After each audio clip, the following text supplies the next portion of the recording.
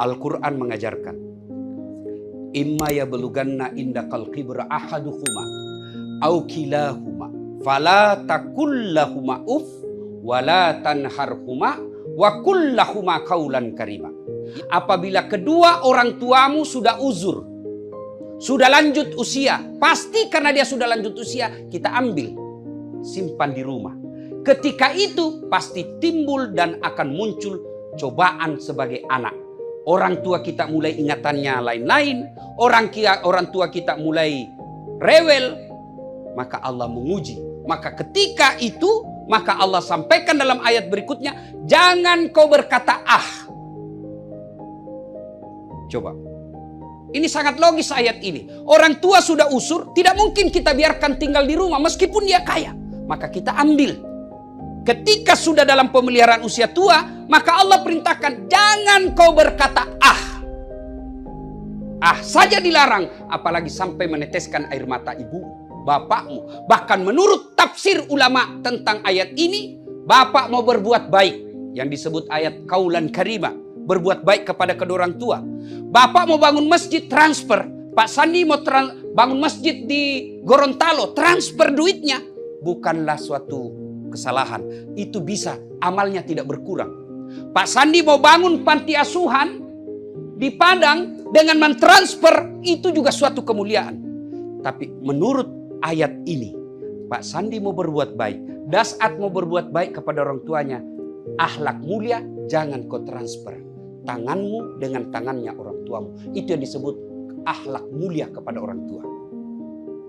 Maka masuk tahun baru besok, yang ibu bapak masih ada orang tuanya, ayo, kalau masih selokasi dengan kita, belilah baju yang baru, belilah makanan kesenangan orang tua, datang pagi hari selesai sholat subuh, persembahkan kepada orang tua dan minta didoakan.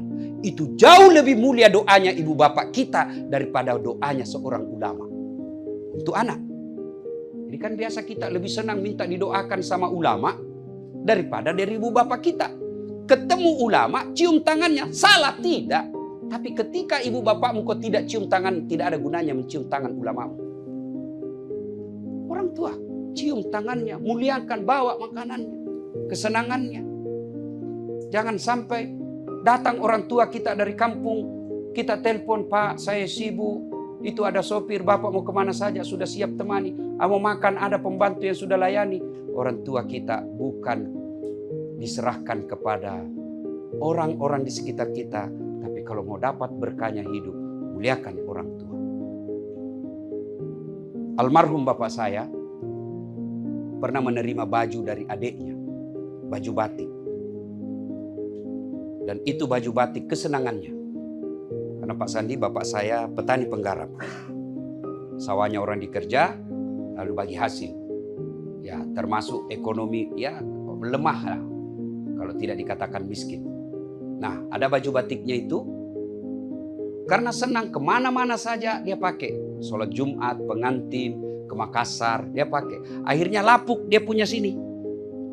Lapuk kera baju belakangnya. Lalu dia bilang, tolong balik itu. Kan biasa saya pun mungkin Pak Sandi mungkin dapat juga itu. Ketika kita masih sekolah dulu di kampung, kalau sudah lapuk ini ditukar, dibalik ke jahitannya. Sayangnya, beliau wafat sebelum selesai jahitan kerah bajunya dan tidak sempat digunakan. Saudaraku yang masih hidup orang tuanya, kalau Allah beri rezeki, tidak usah investasi banyak-banyak kalau kau lupakan orang tua.